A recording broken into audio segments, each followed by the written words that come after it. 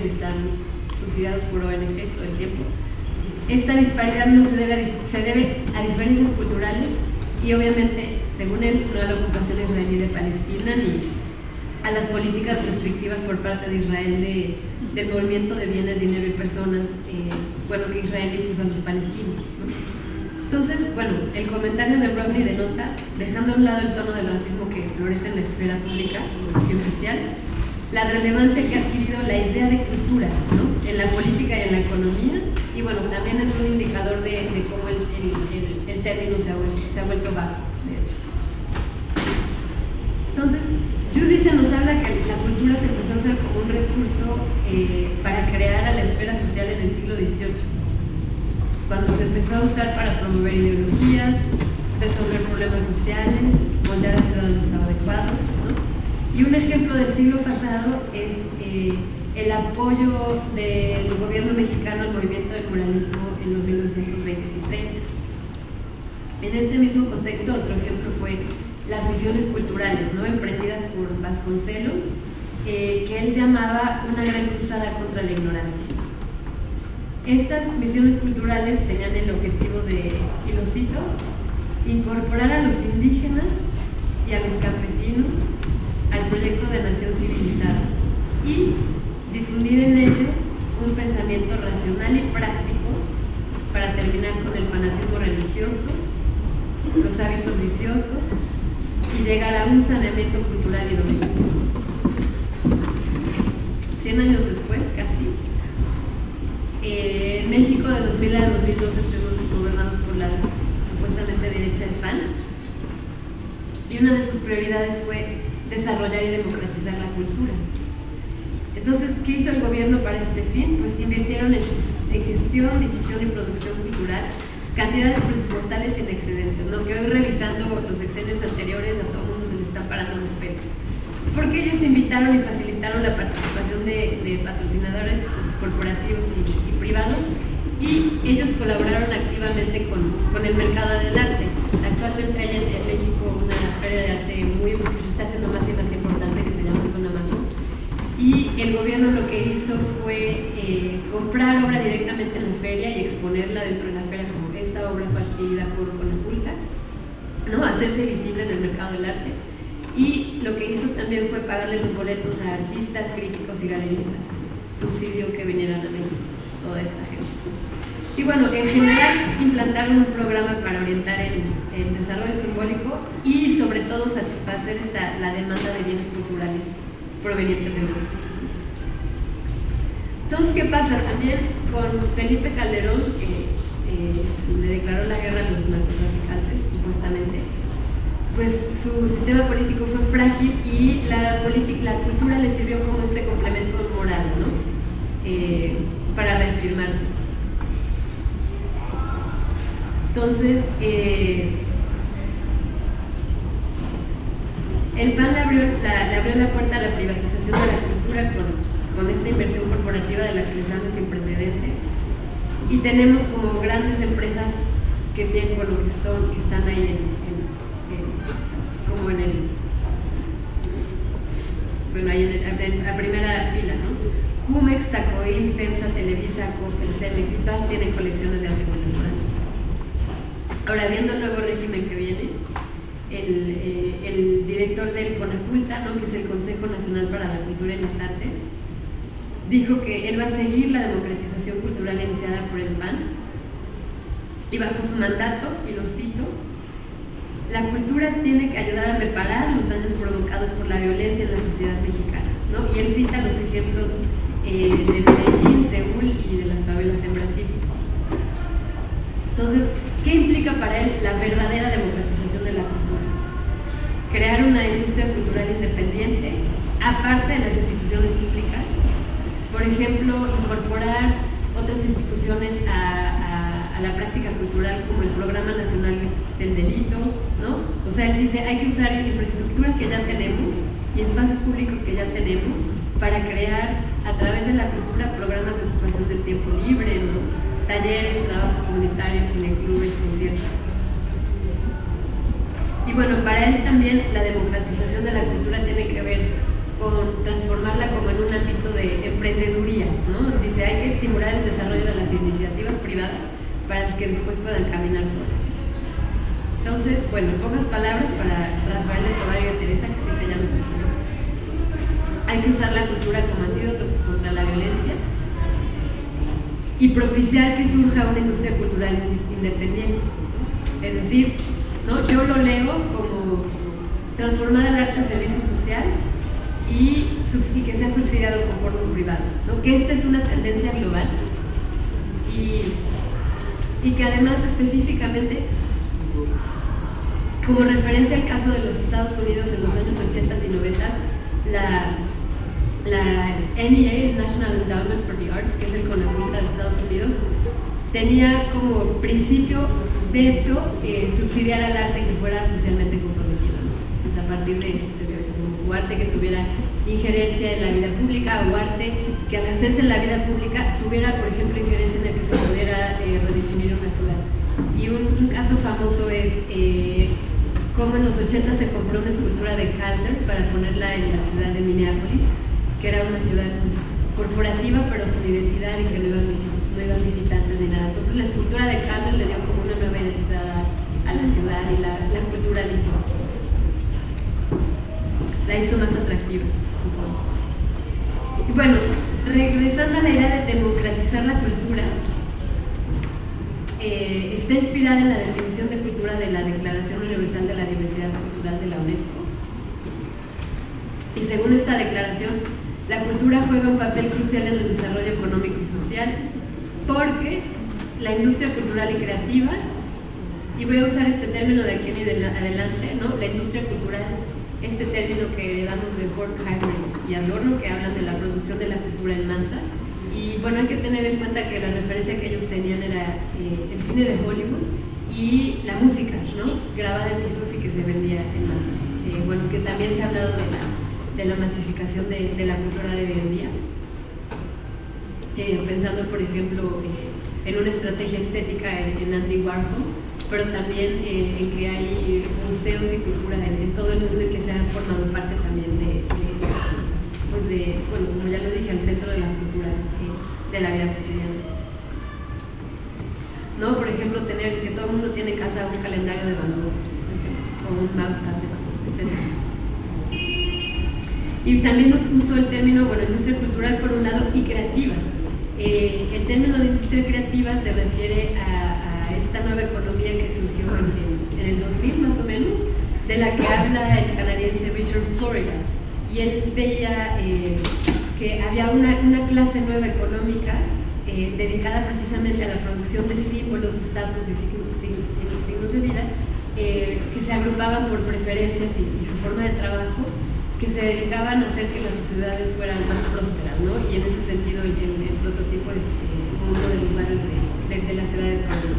Entonces se habla de la industria creativa que abarca diseño, arquitectura, planeación urbana, arte contemporáneo, etc. Entonces, industria cultural y creativa, eso me refiero. Entonces, según la UNESCO, las industrias culturales y creativas generan empleos e ingresos y atraen inversión. Ahora, globalmente se cree, consensualmente, que la cultura funciona como ente democratizador. ¿Por qué? Porque para eso se hace un lazo entre promoción cultural, democracia y libertad cultural para ampliar las opciones individuales, o sea, dar a los individuos más opciones para que construyan su propia identidad y tolerar a los demás, incitar la participación activa del pueblo y, bueno, etc. Pero bueno, a pesar de estas altas expectativas que se les pone hoy en día a la cultura y al arte politizado y, bueno, las expectativas que se tienen sobre estas discusiones e intercambios culturales, pues en realidad los resultados son impredecibles, ¿no? Y bueno, esta relación entre esfera cultural y política, como ya vimos, para nada es nueva. Pero lo que hizo, y esto nos lo dice Judith, lo que han hecho los proyectos de la UNESCO, de la sociedad civil globalizada, de las organizaciones no gubernamentales, el Estado, el mercado, los gestores e ingenieros culturales, todos ellos operamos una transformación sin precedentes en lo que entendemos por y en lo que hacemos en su nombre. Esta transformación evoca como una trillada contradicción muy aburrida entre lo que se dice la trivialización de los productos culturales, ¿no? Condenar a la industria de la cultura por servir al mercado de consumo de masa, que se ve como algo negativo, y este proceso de democratización cultural, que se ve como algo positivo. Entonces, bueno, a mí, yendo más allá de esta contradicción entre lo positivo de democratizar la cultura y lo negativo de masificarla, a mí me interesa entender por qué el arte, ¿no?, que está hoy en día, como ya lo vimos, sujeto a la industria cultural y creativa, asociado por el Estado, por el mercado, por las corporaciones, o sea, está yendo básicamente, según el arte moderno, ¿no?, diría, de la mano con el enemigo. A pesar de eso, se le considera ser un campo privilegiado de politización y hasta parte integral de la acción política, ¿no? Bueno, ¿cuáles son las implicaciones para el arte comprometido? De lo que hablamos al principio, y desde el punto de vista del arte comprometido moderno. Siguiendo el debate entre Adorno y Stapp, del arte comprometido, en su ensayo del 68, Hannah Arendt, en un ensayo que se llama La crisis de la cultura, ella dice que el arte verdadero, true art, o sea, lo que Adorno diría que es el equivalente al arte autónomo comprometido, no tiene utilidad y por eso no es parte de la acción política. O sea, nos dice lo mismo que Adorno, que el arte tiene como referente la realidad pero no una relación directa con ella. Entonces, para Arendt, tanto arte como política son dos esferas separadas. ¿Por qué? Porque ella ve a la acción política como tomar la palabra, y esto implica tener un medio con un fin, y el arte es autónomo, no depende de algo externo y por eso no necesita ser justificado, no tiene ningún medio o un fin. Entonces, para ella, cuando hay arte que se produce que tiene finalidad política, entonces se convierte en propaganda, ¿no? Y nuestro ejemplo clásico es el realismo socialista, que fue impulsado por el régimen de Stalin. Entonces, para Arendt, lo que tienen en común el arte y la política, eso sí, es que ambos se llevan a cabo en la esfera pública. Pero ¿qué es lo que pasó a partir de los 60? Pues Arendt veía que con la industrialización de la cultura, la sociedad civil y de masa se empezó a interesar por los valores culturales y empezó a usar la cultura para sus propios fines, ¿no? Entonces, ¿qué hizo? Que los valores culturales se transformaron en valores de intercambio. El arte y la política se fusionaron en la esfera cultural. ¿Okay? Entonces, ¿qué pasó? Que el proyecto político del modernismo, que tenía de transformar al mundo por medio de la crítica, ¿no? Y vimos teóricamente cómo la crítica tenía este rol de emancipar al mundo y de hacernos progresar también, que hay que usar ese término complejo. Que el mundo se transformaría por la crítica, la subversión, la transgresión y la transformación de la negatividad, se situó al centro de la sociedad, ¿no? Y aquí ya hacemos como un círculo completo con James. Entonces, a ver, hoy en día podemos pensar que nuestra esfera pública es la infoesfera. ¿Alguien ha oído ese término de la infoesfera? ¿Nadie? ¿Y qué es?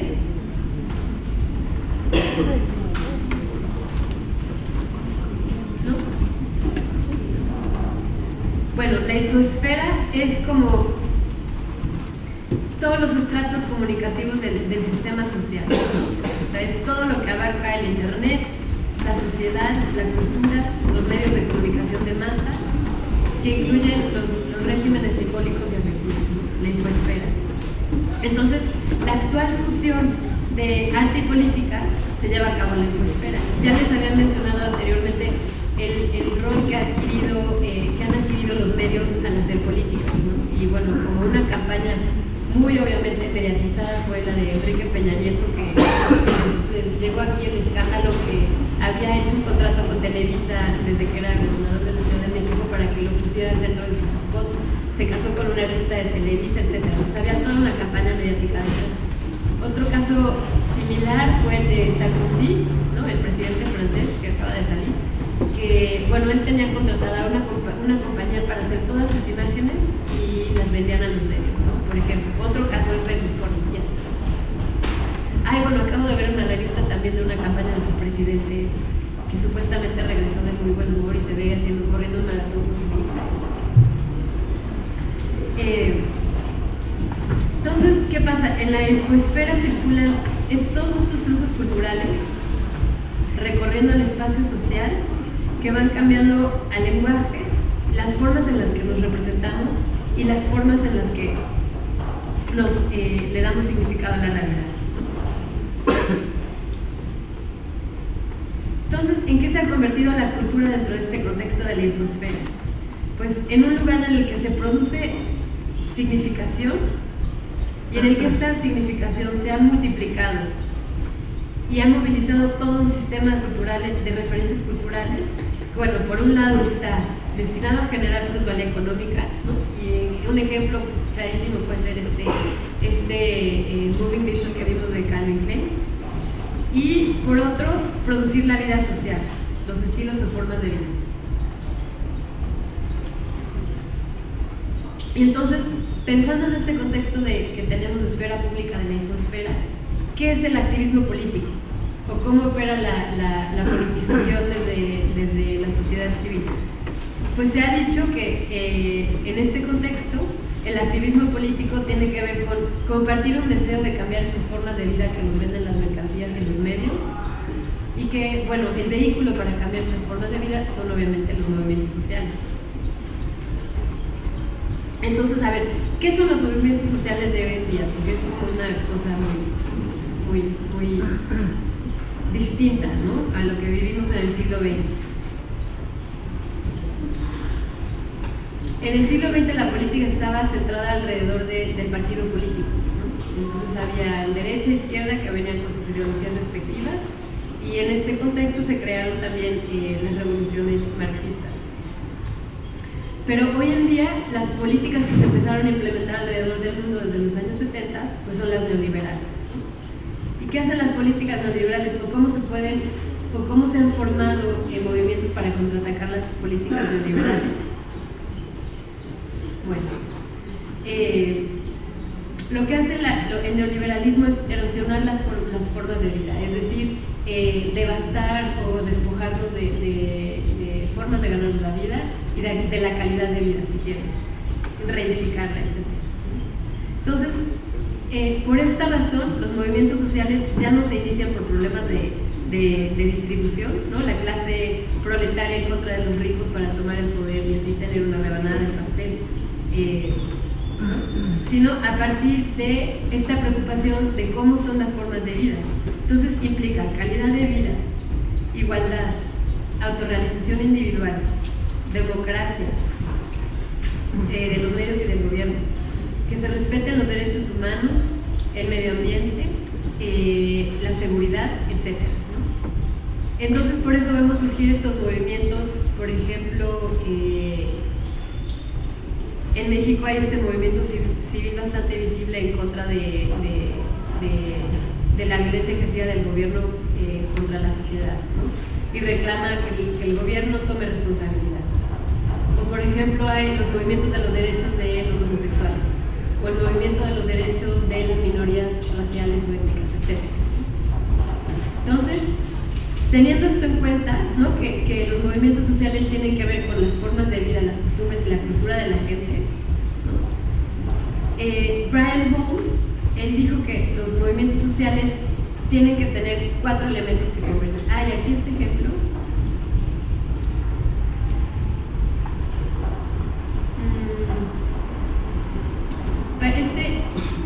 Les quería mostrar como esta contradicción que hay hoy en día del arte crítico en el contexto del arte contemporáneo, que tenemos aquí una serie de eslóganes inspirados en el movimiento de Occupy, y este observador, ¿no?, que trae este saco con